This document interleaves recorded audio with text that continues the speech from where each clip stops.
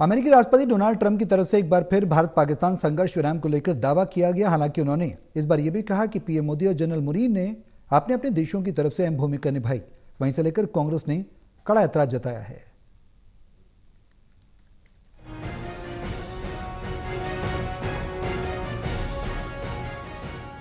अमेरिकी राष्ट्रपति Donald Trump की तरफ से एक बार फिर भारत पाकिस्तान संघर्ष विराम को लेकर दावा किया गया।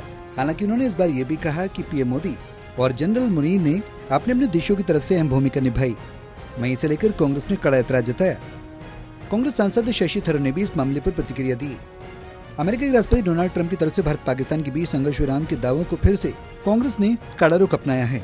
कांग्रेस सांसद थरूर ने कहा कि भारत ने कभी किसी की मध्यस्थता की मांग नहीं की थी और अगर कोई दबाव पड़ा भी था तो वो केवल पाकिस्तान पर था। केरल के तिरुवनंतपुरम से सांसद शशि थरूर ने कहा, मध्यस्थता का मतलब होता है कि दोनों पक्ष बराबर हों, लेकिन आतंकवाद फैलाने वाले और उससे लड़ने वालों में कोई समानता नहीं। पाकिस्तान आतंकियों को भेजता है और भारत उनका मुकाबला करता है। ये एक समान स्थिति नहीं है। कांग्रेस सांसद ने बताया कि अगर कोई दबाव अमेरिका की ओर से आया था तो वो जनरल असीम मुनीर, पाक सेना प्रमुख और पाकिस्तान पर ही था, भारत पर नहीं। उन्होंने आगे कहा, हमने अमेरिका में अपने प्रतिनिधि मंडल की बैठकों में ये बात साफ तौर पर समझाई थी कि भारत को किसी की मध्यस्थता की जरूरत नहीं। हमने अमेरिका के उपराष्ट्रपति से भी ये साफ साफ कहा था। प्रधानमंत्री मोदी ने जो भी कुछ अमेरिका को बताया वही संदेश हमने भी दिया। इधर कांग्रेस के प्रवक्ता सुप्रिया ने प्रधानमंत्री नरेंद्र मोदी पर निशाना साधा। उन्होंने कहा, प्रधानमंत्री मोदी ने ट्रंप से फोन पर बात की और सरकार ने कहा कि पीएम ने उन्हें करारा जवाब दिया। लेकिन कुछ घंटों बाद ट्रंप 15वीं बार ये कह देते हैं कि उन्होंने भारत पाक युद्ध रुकवाया और पीएम मोदी को असीम मुनीर के साथ जोड़कर पेश करते हैं। उन्होंने कहा कि हम अपने देश का अपमान नहीं सह सकते।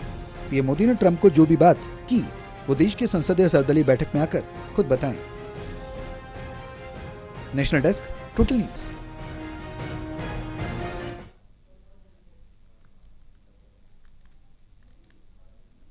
प्रधानमंत्री नरेंद्र मोदी अपनी 5 दिवसीय विदेश यात्रा पूरी कर आज स्वदेश लौट आए हैं। इस यात्रा के दौरान पीएम मोदी ने साइप्रस, कनाडा और क्रोएशिया का दौरा किया, जहां उन्होंने द्विपक्षीय संबंधों को मजबूत करने के साथ साथ वैश्विक मंच पर भारत की सशक्त उपस्थिति दर्ज कराई।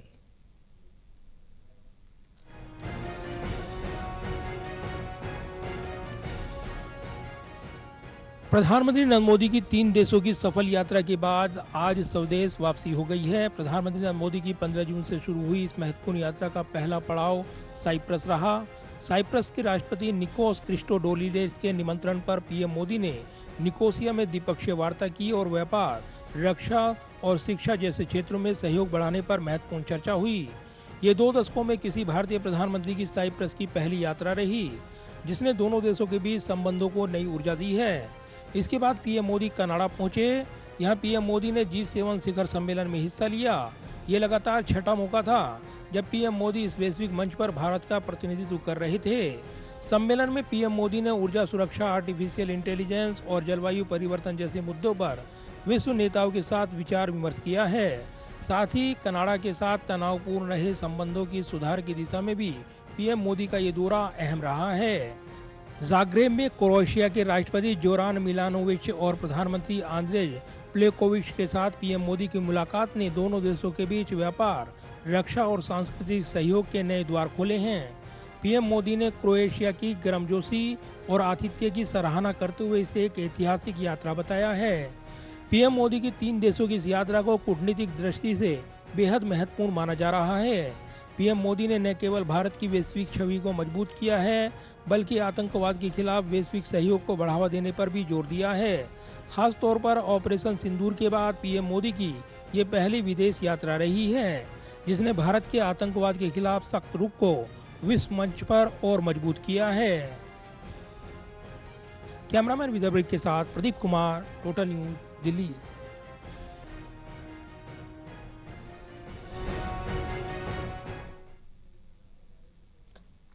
कनाडा की खुफिया एजेंसी CSIS ने बुधवार यानी 18 जून को एक रिपोर्ट जारी की, जिसमें उन्होंने भारत पर गंभीर आरोप लगाते हुए जहर उगला है। रिपोर्ट में कहा गया है कि भारत की गतिविधियों में अंतर्राष्ट्रीय दमन एक केंद्रीय भूमिका निभाता है।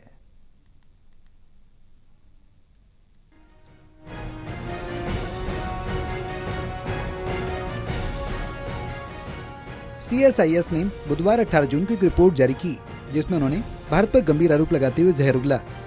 रिपोर्ट में कहा गया कि भारत की गतिविधियों में अंतर्राष्ट्रीय दमन एक केंद्रीय भूमिका निभाता है। कनाडा में भारतीय एजेंट, उनके प्रॉक्सी और अधिकारी ऐसी गतिविधियों में शामिल हैं जो कनाडा की नीतियों को भारत के हितों के साथ मिलाने की कोशिश करते हैं। यह बयान तब सामने आया जब महज एक दिन पहले ही प्रधानमंत्री नरेंद्र मोदी और कनाडा के प्रधानमंत्री मार्क कार्नी ने G7 सम्मेलन में एक दूसरे के साथ संबंध सुधारने की बात की थी। CSIS ने रिपोर्ट में कई सारी बातों को शामिल किया। रिपोर्ट में दावा किया गया कि भारत कनाडा में दमन का प्रयास कर रहा है, विशेषकर उन लोगों के खिलाफ जो खालिस्तान का समर्थन करते हैं। उन्होंने चीन को सबसे बड़ा खुफिया खतरा बताया, लेकिन साथ में CSIS ने भारत, रूस, ईरान और पाकिस्तान का नाम भी लिया।